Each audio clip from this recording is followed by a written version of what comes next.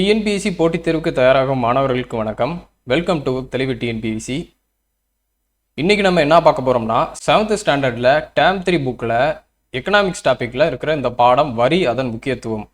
Economics topic இங்கிருந்து பார்க்க ஆரம்பிக்கிறோம். இதே மாதிரி ஜாகிரபியும் 7th ஒரு 2 பாடங்கள் இருக்கு, வளங்கள் மற்றும் சுற்றுலா அப்படின்னு ஒரு 2 பாடங்கள் இருக்கு. அந்த 2 பாடங்கள் முடிச்சிட்டோம்னா 7th ஸ்டாண்டர்ட் கம்ப்ளீட்டாக ஓவர் ஆயிரும். எக்கனாமிக்ஸ்னு வந்து பார்த்துட்டிங்கன்னு வைங்களேன், அதுக்குண்டான பாடங்கள் எல்லாமே 11th 12th தான் அதிகபட்சமாக இருக்குது. அங்கே தான் டேட்டாவும் இருக்குது. அப்புறம் ஏன் இந்த 7ஆம் வகுப்புல இருந்து இந்த பாடம் வரி அதன் முக்கியத்துவம் பாடம் பார்க்கணும் அப்படின்னா, பேசிக்ஸ் உங்களுக்கு ஸ்ட்ராங் ஆகும். வரினா ஆக்சுவலாக வரி என்ன, அது எத்தனை வரிகள் இருக்குது, ஜிஎஸ்டி வரியை பற்றி கொடுத்துருப்பாங்க. இந்த மாதிரி வரிகளோட ஒரு அறிமுகம் மாதிரி தான் இந்த பாடம் இருக்கும். வரி விதிப்போட வகைகள் அது எப்படி இருக்கும் அதெல்லாம் சொல்லி பார்க்குறது. உங்களுக்கு பேசிக்காக ஒரு எக்கனாமிக்ஸை பற்றி ஒரு அண்டர்ஸ்டாண்ட் வேணும், அதாவது வரினா அதை பற்றி உங்களுக்கு ஒரு அண்டர்ஸ்டாண்டிங் இருக்கணும்னா இந்த பாடத்தை பார்க்கலாம். அதனால தான் இந்த பாடம் 7ஆம் வகுப்பில் கொடுத்துருக்காங்க. நம்மளும் நம்மளோட ஷெடியூல் படி இந்த பாடத்தை படிக்கணும்னு சொல்கிறோம். சரி வாங்க நம்ம கிளாஸ்க்குள்ளே போகலாம்.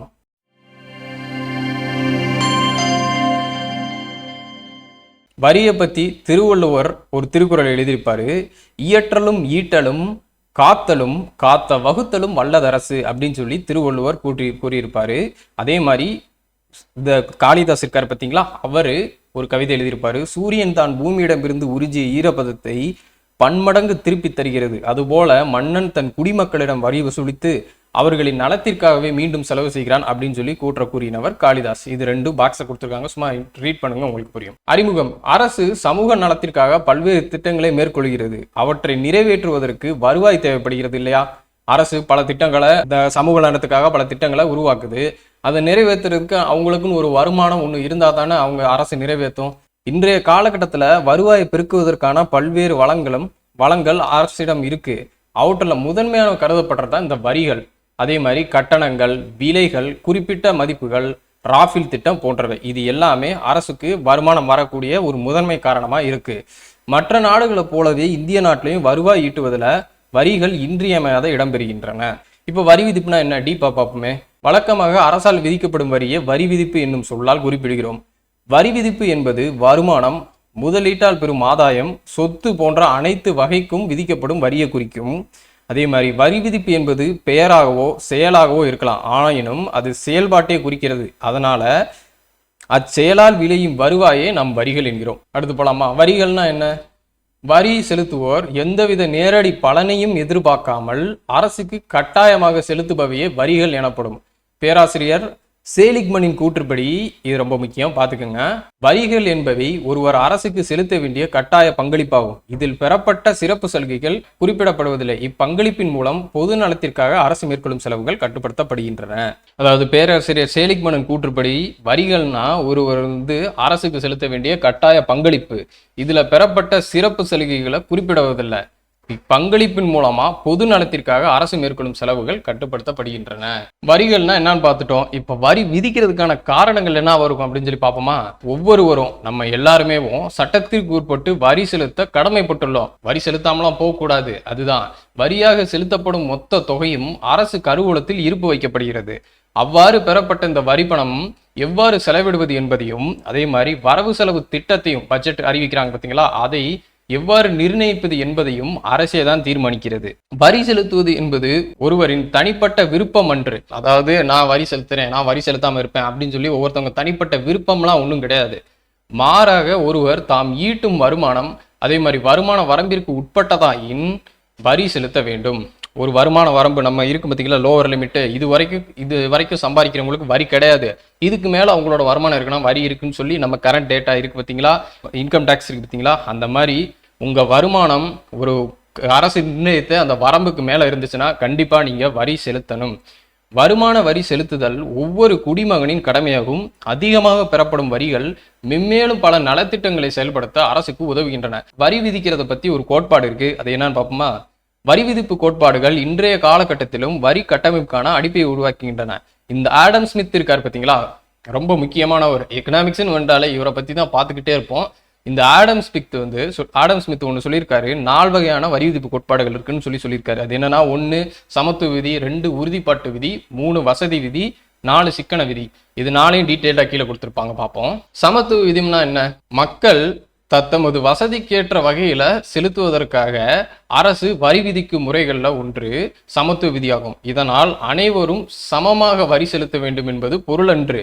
மாறாக மக்கள் மீது சுமத்தப்படும் வரியானது எளிமையாகவும் நியாயமாகவும் இருக்க வேண்டும் என்பதை இவ்விதி விளக்குகிறது. இப்போ நீங்க மாசத்துக்கு ஒரு 10 லட்ச ரூபா சம்பாதிக்கிறீங்கன்னு வைங்களேன், இன்னொருத்தர் மாசத்துக்கு 1 லட்ச ரூபா சம்பாதிக்கிறான்னு வைங்களேன், 2 பேருக்குமே 50,000 ரூபா வரி போட்டா யார் அதிக அளவுல பாதிக்கப்படுவா? அந்த 1 லட்சம் சம்பாதிக்கிறவர் தானே பாதிக்கப்படுவாரு.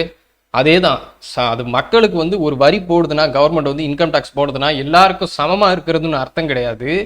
எல்லா மக்கள் மீது சுமத்தப்படும் வரியானது இந்த எளிமையா இருக்கணும். இப்போ 1 லட்ச ரூபா மாசம் சம்பளம் வாங்குறாருன்னா அவரோடதுல ஒரு 10,000 ரூபா வரியா எடுத்துக்கிட்டாங்கன்னு வைங்களேன், அது பிரச்சனை இல்லைல்ல. அதே மாதிரி 10 லட்ச ரூபா சம்பளம் வாங்குறாருன்னா அவரோட வருமானத்துல ஒரு 1 லட்ச ரூபா எடுத்துக்கிட்டா எப்படி கரெக்டா இருக்கு பார்த்தீங்களா? இந்த மாதிரி வரி இருக்கிறது உங்களுக்கு எளிமையாகவும் ஒரு நியாயமாகவும் இருக்கும் எல்லா மக்களுக்கும். அதுதான் அந்த சமத்துவ விதி சொல்லுது. ரெண்டாவது உறுதிப்பாட்டு விதி. வசூலிக்கப்படும் வரியின் மூலமா வரி செலுத்துவோருக்கு ஒரு உறுதிப்பாட்டு தன்மையை இவ்விதி உருவாக்குகிறது.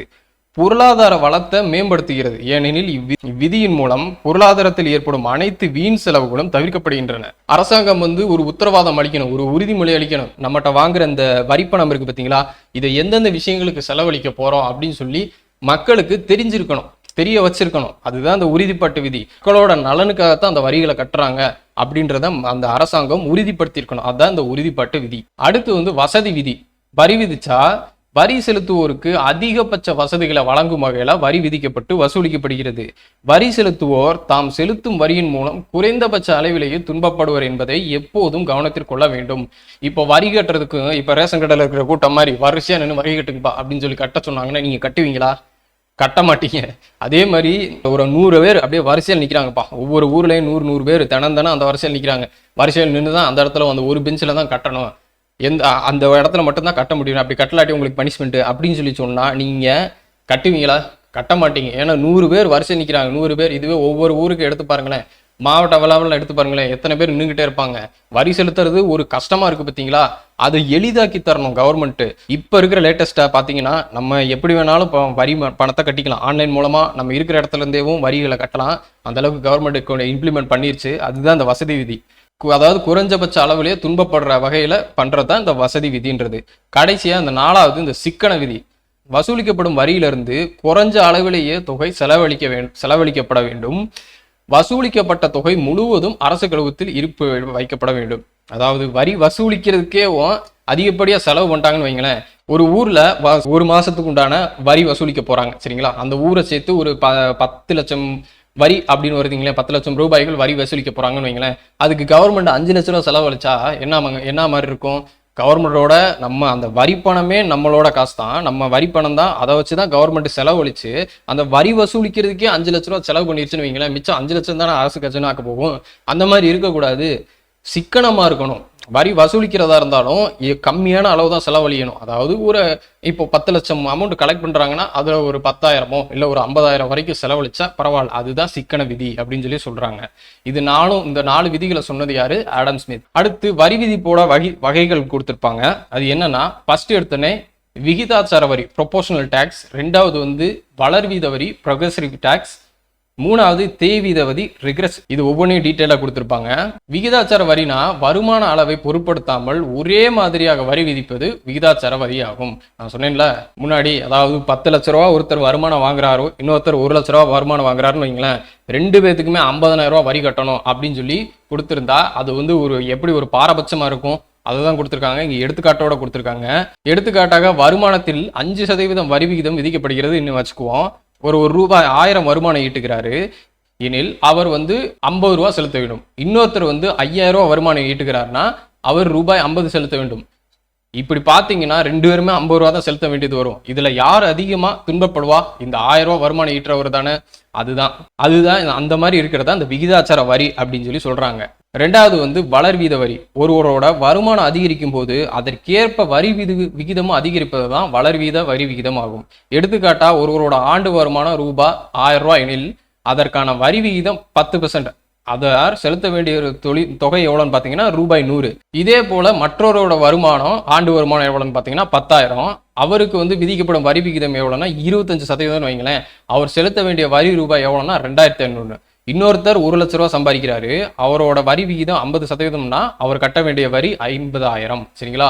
இந்த மாதிரி இவருக்கு ஸ்டார்டிங்ல இருக்கிறது 10%, அடுத்து வந்து 25%, அடுத்து வந்து 50% இப்படின்னு சொல்லி வளர் விகிதத்துல எப்படி போகுது பார்த்தீங்களா?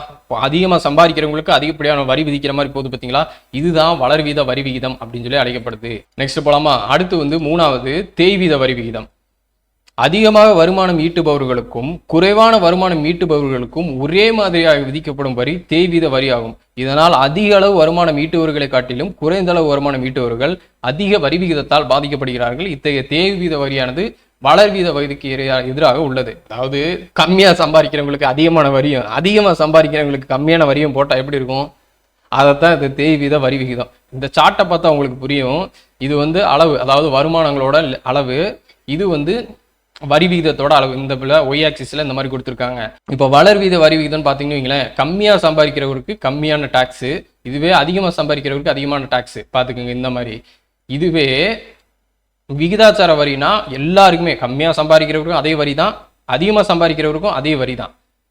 தேய்வீத வரி விகிதம்னா பார்த்துக்கோங்க, கம்மியாக சம்பாதிக்கிறவருக்கு அதிக வரியும் அதிகமாக சம்பாதிக்கிறவருக்கு கம்மியான வரியும். இதுதான் தேய்வீத வரி விகிதம். இது 3ம் தான் வரி விதிப்போட வகைகள். தெரிஞ்சுக்கோங்க. இந்த பாடத்தில் இருக்கிறது எல்லாமே நீங்கள் வரியை பற்றி தெரிஞ்சுக்கக்கூடிய ஒரு அண்டர்ஸ்டாண்டிங் டாபிக் தான். ரொம்ப எஃபோர்ட் போட்டு இதை எல்லாத்தையும் அப்படியே மனப்பாடம் பண்ணி மைண்டில் ஏற்றணுமா அப்படின்னு கேட்டிங்கன்னா கிடையாது. இந்த பாடத்தை ஒரு தடவை 2 தடவை வாசித்தாலே உங்களுக்கே மைண்டில் ஏறிடும். இந்த வீடியோ கூட ஒரு தடவை பார்த்து முடிச்சுட்டு நீங்கள் ஒரு தடவை இந்த பாடத்தை ரீட் பண்ணிங்கன்னு வைங்கன்னா எல்லாமே உங்கள் மைண்டில் அப்படியே ஏறிடும். அடுத்து வந்து வரியோட முக்கியத்துவம். வரிகள் இல்லையெனில் சமுதாய நலத்திற்கு தேவையானவற்றை செய்ய அரசால் இயலாது. அரசுக்கு வரிகள் மிகவும் இன்றியமையாத வளங்களாக உள்ளன. ஏனெனில் வசூலிக்கப்பட்ட வரிப்பணம் பின்வரும் சமுதாய நலன்களுக்காக பயன்படுத்தப்படுகிறது. என்னன்னு சொல்லி பாருங்க. ஃபர்ஸ்ட் எடுத்தோன்னே நலவாழ்வு. நலவாழ்வுனா அந்த சுகாதார நலவாழ்வுக்காக செலவழிக்கப்படும் தொகை வரிப்பணத்திலிருந்தே பெறப்படுகிறது. வரிகள் இல்லையெனில் இத்தகைய செயல்கள் நடைபெறுவது கடினம். சமூக நலவாழ்வு, மருத்துவ ஆய்வு, சமூக நல பாதுகாப்பு போன்றவற்றிற்காக வரிப்பணத்திலிருந்து நிதி ஒதுக்கப்படுகிறது. இதுதான் நலவாழ்வுக்கு. போட்டோ கொடுத்துருப்பாங்க, பார்த்தா உங்களுக்கு புரியும். கவர்மெண்ட் ஆஸ்பத்திரி பார்த்தீங்களா, இதுதான் நலவாழ்வு. இந்த கவர்மெண்ட் ஆஸ்பத்திரின்றது நம்ம புள்ள போய் காசு கொடுத்தா ட்ரீட்மெண்ட் பார்த்துக்கிட்டு இருக்கோம், இல்லை ஃப்ரீ. இது எப்படி ஃப்ரீ ஆகுது? இதை எப்படி கவர்மெண்ட் ஃப்ரீயாக கொடுக்குது? நம்மகிட்ட இருந்து வரிப்பணத்தை வசூலிச்சு அதை சேவையாக்கி அந்த சேவையை நமக்கு கொடுக்குது. அதான் இந்த நலவாழ்வுக்கு நம்ம வரிப்பணம் பயன்படுதுன்னு சொல்லி பாயிண்டா கொடுத்துருக்காங்க. 2வது கல்வி. அரசுக்கு செலுத்தப்படும் வரிப்பணத்திலிருந்து அதிக அளவிலான தொகை கல்விக்கு செலவிடப்படுகிறது. மனித வளங்களை மேம்படுத்துவதற்கும் கல்வியை மையப்படுத்துவதற்கும் அரசு அதிக முதன்மை அளிக்கிறது. கல்வி இப்போ இருக்கிற அரசு பள்ளிகளை எடுத்துக்கோங்களேன். அரசு பள்ளிகள்லையும் இலவசமாக தான் நம்ம கல்வி கற்றுக்கிட்டு வந்தோம். அப்படி இருக்கிற அரசு பள்ளிகளை கவர்மெண்ட் எப்படி ஃப்ரீயா நமக்கு கொடுக்குது? நம்மளோட வரி பணத்தின் மூலமா தான் அதை ஒரு சேவையை மாற்றி வழங்குது. கரெக்டா? அடுத்து வந்து ஆட்சி நிர்வாகம். அரசோட நிர்வாக அமைப்புகள் நன்முறை இயங்கினாத்தான் ஆட்சியும் நன்முறையில் இயங்கும். கவர்மெண்ட் இப்போ கவர்மெண்ட் ஆபீசர்ஸ் இருக்கு பார்த்தீங்களா, அதெல்லாம் நல்ல முறையில் நடந்தாதான் ஆட்சியும் நல்ல முறையில் நடக்கும். நிர்வாக அமைப்புகள் சரியாக இயங்கவில்லை என்றால் பொருளாதார வளர்ச்சியில் அவை மிகப்பெரிய தாக்கத்தை ஏற்படுத்தும். ஆகவே நன்முறையில் நிர்வகிக்கும் ஒரு அரசுதான் வசூலிக்கும் வரிப்பணத்தை நாட்டின் நலனுக்காக சரியான முறையில் பயன்படுத்துவதை உறுதி செய்கிறது. கவர்மெண்டோட டிபார்ட்மெண்ட்ஸ் இருக்கு பார்த்தீங்களா, இது எல்லாத்தையும் கண்ட்ரோல் பண்றது அந்த ஆட்சி நிர்வாகம். அவங்களுக்கு உண்டான சம்பளம், அரசு அதிகாரிகளோட சம்பளம் எங்கிருந்து வருது? நம்மளோட வரிப்பணத்தின் மூலமா அரசு அதிகாரிகளுக்கு சம்பளம் வழங்கப்படுகிறது. அதன் மூலமா நம்ம பொதுமக்களாகிய நம்ம சேவைகளை பயன்படுத்திக் கொள்கிறோம். அடுத்து வந்து உள்கட்டமைப்பு மேம்பாடு, போக்குவரத்து, வீட்டு வசதி போன்ற பிற இதர பிரிவுகள். அது என்னன்னா, அரசு தான் வசூலிக்கும் வரிப்பணத்தை சமூக நல திட்டங்களுக்காக செலவு செய்கிறது. இது மட்டுமின்றி மக்கள் நலன் காக்கும் வகையில பாதுகாப்பு, அறிவியல் ஆராய்ச்சி, சுற்றுச்சூழல் பாதுகாப்பு போன்ற பிரிவுகளுக்கும் நிதி ஒதுக்குகிறது. மேலும் ஓய்வூதியங்கள், வேலைவாய்ப்பு இல்லாதோருக்கான ஊக்கத்தொகை, குழந்தை பாதுகாப்பு போன்றவற்றிற்காகவும் நிதி ஒதுக்கப்படுகிறது. நாட்டின் பொருளாதார வளர்ச்சி நிலையின் மீது வரிகள் தாக்கத்தை ஏற்படுத்துகின்றன. பொதுவாக வரிகள் நாட்டின் மொத்த உள்நாட்டு உற்பத்தியில் தம் பங்களிப்பை வழங்குகின்றன. நம்ம ஜிடிபி இருக்கு பார்த்தீங்களா, அதுல வரி ஒரு முக்கிய பங்காற்றுது. ஓய்வூதியம், வேலையின்மை சலுகைகள், குழந்தை பராமரிப்பு போன்ற நிதி திட்டங்களுக்கும் சிறிது பணம் செலுத்தப்படுகிறது. வரி ஒரு நாட்டின் பொருளாதார வளர்ச்சி நிலையை பாதிக்கும். வரி பொதுவாக ஒரு நாட்டின் மொத்த உள்நாட்டு உற்பத்தியில் பங்களிக்கிறது. இதே தான் இங்கேயே கொடுத்துருக்காங்க. வரியோட வகைகள் 2 டைப் இருக்குங்க. இன்றைய காலகட்டத்தில் இருக்கிற வரிகளை 2ஆ பிரிச்சுக்கலாம். ஒன்று வந்து நேர்முக வரி, இன்னொன்று வந்து மறைமுக வரி. நேர்முக வரினா என்ன? டிஃபரன்ஸ் கொடுத்துருப்பாங்க பாருங்க. நேர்முக வரினா தனியாளோ அல்லது ஒரு நிறுவனமோ நேரடியாக அரசுக்கு செலுத்த வேண்டிய வரியை குறிக்கிறதா நேர்முக வரி. வரி செலுத்துபவர் பல்வேறு காரணங்களுக்காக அரசுக்கு நேர்முக வரியை செலுத்துறாரு. அவரோட வருமானமா இருக்கலாம், இல்ல அவரு பிரைவேட் ப்ராப்பர்ட்டி அந்த மாதிரி வாங்கி விற்கிற ஒரு வேலைகளை பிசினஸ் செஞ்சுட்டு இருக்கலாம், எதா வேணா இருக்கலாம். அவரு நேரடியாக அரசுக்கு வரி செலுத்த கடமைப்பட்டுள்ளவர். அந்த மாதிரி விதிக்கப்படுற வரிகள் நேர்முக வரிகள் எனப்படும்.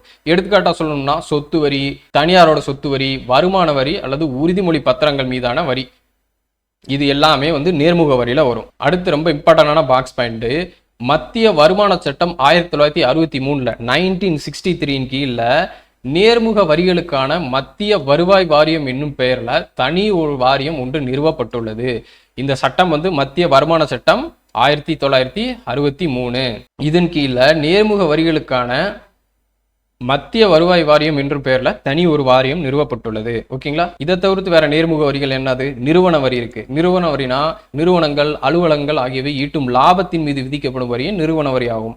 காப்புரிமை, வட்டி, அதாவது காப்பிரைட்ஸ் இருக்கு பார்த்தீங்களா, அது வட்டி, இந்தியாவில் உள்ள மூலதன சொத்துக்களை விற்பனை செய்வதன் மூலமா பெறும் லாபம், தொழில்நுட்ப பணிக்காகவும் பங்கீட்டுக்காகவும் பெறப்படும் கட்டணங்கள் ஆகியவற்றின் மீது வரி விதிக்கப்படுகிறது. இது எல்லாமே மற்ற வரிகள். அடுத்து சொத்து வரினா என்னது பார்ப்போம்.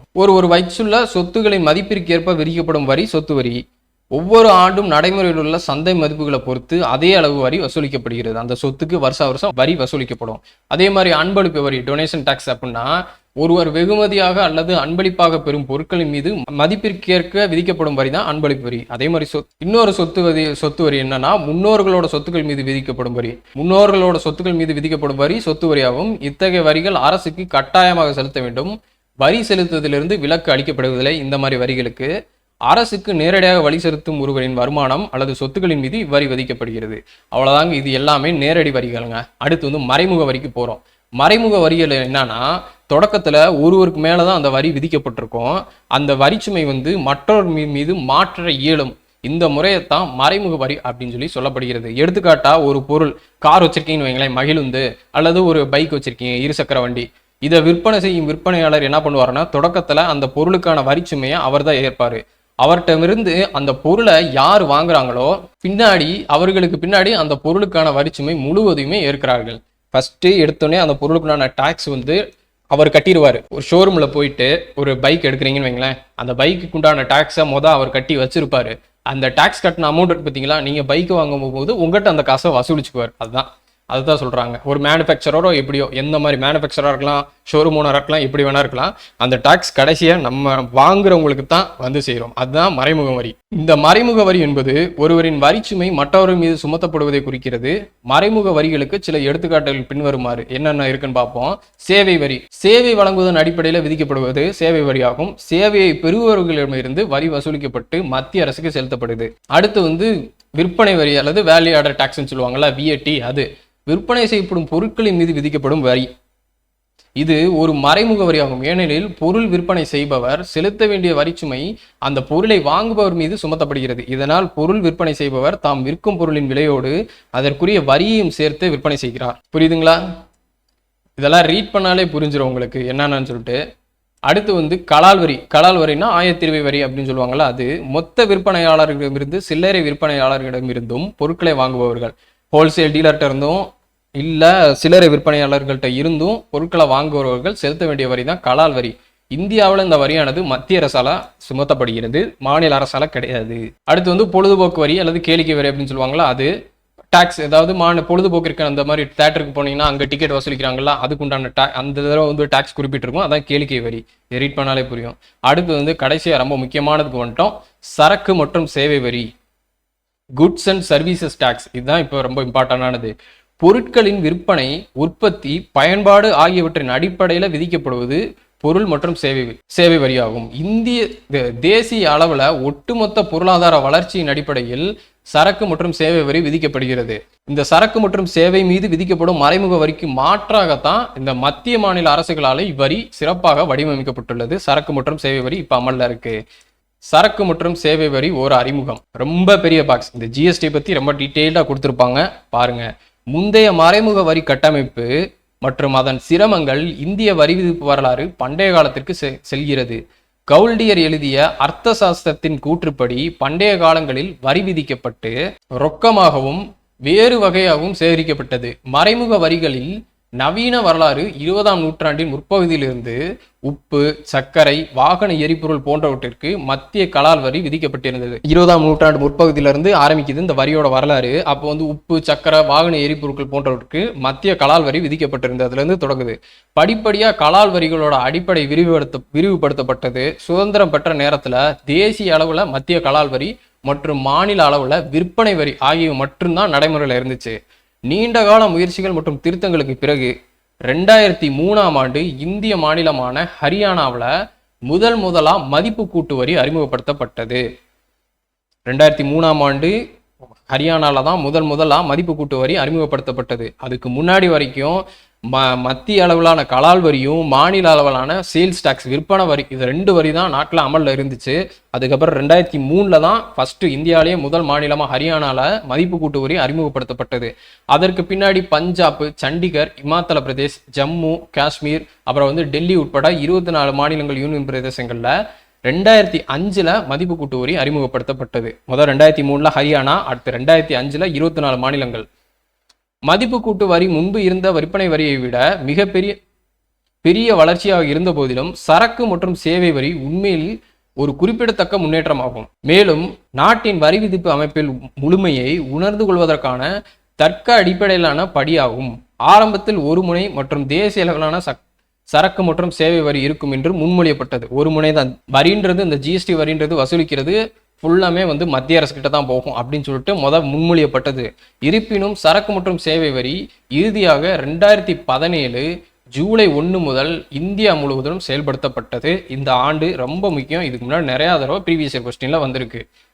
எப்போது ஜிஎஸ்டி அமல்படுத்தப்பட்டதுன்னா 2017 ஜூலை 1. இது வந்து மசோதா எப்ப நிறைவேற்றப்பட்டது அப்படின்ற டேட்டா பின்வரும் பாடங்கள்ல படிப்போம். இது நாட்டின் ஒரு பொருளாதார அமைப்பு, ஒரு வரி, ஒரு சந்தை மற்றும் ஒரு தேசத்துடன் அப்படின்ற கான்செப்ட்ல தான் இந்த ஜிஎஸ்டி இருக்கு. சரக்கு மற்றும் சேவை வரி என்பது நாம் வாங்கும் அனைத்து பொருட்கள் மற்றும் சேவைகளுக்கான வரி. இது மத்திய சரக்கு மற்றும் சேவை வரி சிஜிஎஸ்டி, சென்ட்ரல் ஜிஎஸ்டி அப்படின்னும், அதே மாதிரி மாநில சரக்கு சேவை வரி எஸ்ஜிஎஸ்டி, ஸ்டேட்ஸ் அப்படின்னு சொல்லியும் 2 பகுதியில கொண்டிருக்கு. இப்போ ஜிஎஸ்டி, இப்போ இந்த ஒரு பில்லு இருக்கு பார்த்தீங்களா, பில்லுக்கு உண்டான எக்ஸாம்பிள் கொடுத்துருப்பாங்க. எல்லா இடத்துலையும் பார்த்தீங்கன்னா 18% ஜிஎஸ்டி டேக்ஸ் அப்படின்னு சொல்லி கொடுத்துருப்பாங்களா, அதில் 9% சென்ட்ரலுக்கும் 9% ஸ்டேட்டுக்கும் போகும். அதான் கொடுத்துருக்காங்க. ஒரு பொருள் 100 ரூபான்னு வைங்களேன், அதோட ஸ்டேட் ஜிஎஸ்டி 9%, 9 ரூபா அங்கே போயிடும். சிஜிஎஸ்டி 9%, 9 ரூபா மத்திய அரசுக்கு போயிடும். ஆக மொத்தம் இந்த 2 வரியும் சேர்த்து பொருளோட மதிப்பு 100 ரூபா, இந்த 18%, 100ல் 18% எவ்வளோ, 18 ரூபா, ரெண்டையும் சேர்த்து 118 ரூபா ஃபைனல் பில்லுன்னு சொல்லி எந்த இடத்துல வாங்கினாலும் உங்களுக்கு பில் இந்த மாதிரி போட்டிருப்பாங்க. அந்த டீட்டெயில்ஸ் தான் இங்கே கொடுத்துருக்காங்க. தமிழ்நாட்டில் ஒரு விற்பனையாளர் ஒரு பொருளை வேறு மாநிலத்துக்கு வாங்குபவருக்கு விற்றார், எடுத்துக்காட்டா கர்நாடகா வச்சுக்கோங்களேன், அது மாநிலங்களுக்கு இடையேயான வர்த்தகம் என்று அழைக்கப்படும். அப்படி மாநிலங்களுக்கு இடையான வர்த்தகத்தை பொறுத்தவரை மசோதா கீழே கொடுக்கப்பட்டுள்ளது. எப்படி இருக்கும்னா, உற்பத்தியோட மதிப்பு அதே 100 ரூபான்னு வைங்களேன், மொத்தம் வந்து ஐஜிஎஸ்டின்னு சொல்லி சொல்லுவாங்க, இன்டர்ஸ்டேட் ஜிஎஸ்டி அப்படின்னு சொல்லி சொல்லுவாங்க. அது 18% மொத்தமாக வசூலிக்கப்படும். சிஜிஎஸ்டி, எஸ்ஜிஎஸ்டின்னு சொல்லி தனியாக போடாமல் ஒரே ஜிஎஸ்டி ஐஜிஎஸ்டி அப்படின்னு சொல்லி போட்டு 18 ரூபா போட்டு 118 ரூபா கொடுப்பாங்க. இதில் இந்த 18 ரூபா இருக்குல்ல, இது மத்திய அரசுக்கு டைரக்டாக சென்றுவிடும். இதில் வந்து இந்த மத்திய அரசு 9 ரூபாய் எடுத்துக்கிட்டு அந்த மிச்சம் இருக்கிற 9 ரூபாய் வந்து கர்நாடக அரசுக்கு அனுப்பிடும். இந்த ஜிஎஸ்டி வரி வந்து 0%, 5%, 12%, 18% மற்றும் 28% என 5 அடுக்குகளாக பிரிக்கப்பட்டுள்ளது. ஜிஎஸ்டி மத்திய அரசால் வசூலிக்கப்பட்டாலும் பெட்ரோலிய பொருட்கள், ஆல்கஹால், மின்சாரம் ஆகியவற்றின் மீதான வரி தனித்தனியாக மாநில அரசால் வசூலிக்கப்படுகிறது. மற்றும் காய்கறிகள் மற்றும் உணவு தானியங்கள் போன்ற வாழ்க்கையின் அனைத்து அத்தியாவசிய பண்டங்களுக்கும் இந்த வரியிலிருந்து விலக்கு அளிக்கப்பட்டுள்ளன. அவ்வளவுதாங்க ஜிஎஸ்டி பத்தி பார்த்து முடிச்சிட்டோங்க. அடுத்து வந்து சுங்கவரி, சாலை வரி, அதே மாதிரி தூய்மை பாரத வரி அப்படின்னா என்னன்னு பார்ப்போம்.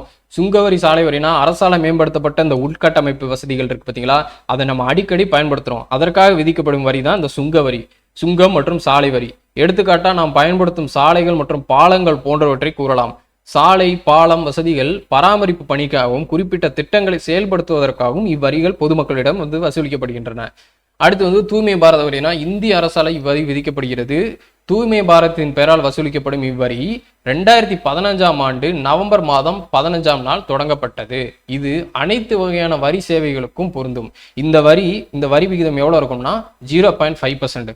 தற்போது 14% மேற்பட்ட சேவை வரி நடைமுறையில இருக்கு அப்படின்னு சொல்லி முடிக்கிறாங்க. அடுத்து நேர்முக வரி மறைமுக வரிக்கான வேறுபாடுகள் கொடுத்திருப்பாங்க. ஒரு தடவை ரீட் பண்ணுங்க, புரிஞ்சிடும். இந்த வரி தேவையும் மக்கள் நல தேவையும் கொடுத்துருக்காங்கல்ல, இதுல என்ன கொடுத்திருப்பாங்கன்னா ஒரு தடவை ரீட் பண்ணுங்க, உங்களுக்கே புரிஞ்சிடும். ரொம்ப ஈஸியா தான் இருக்கும். இந்த பாடம் முடிஞ்சு காய்ஸ். இந்த பாடத்தை ஃபுல்லா நீங்க படிச்சிட்டீங்கன்னா இந்த பின்னாடி இருக்கிற புக் பேக் கொஸ்டினை போட்டு பாருங்க. அடுத்த வீடியோல சந்திக்கிறேன் காய்ஸ். நன்றி.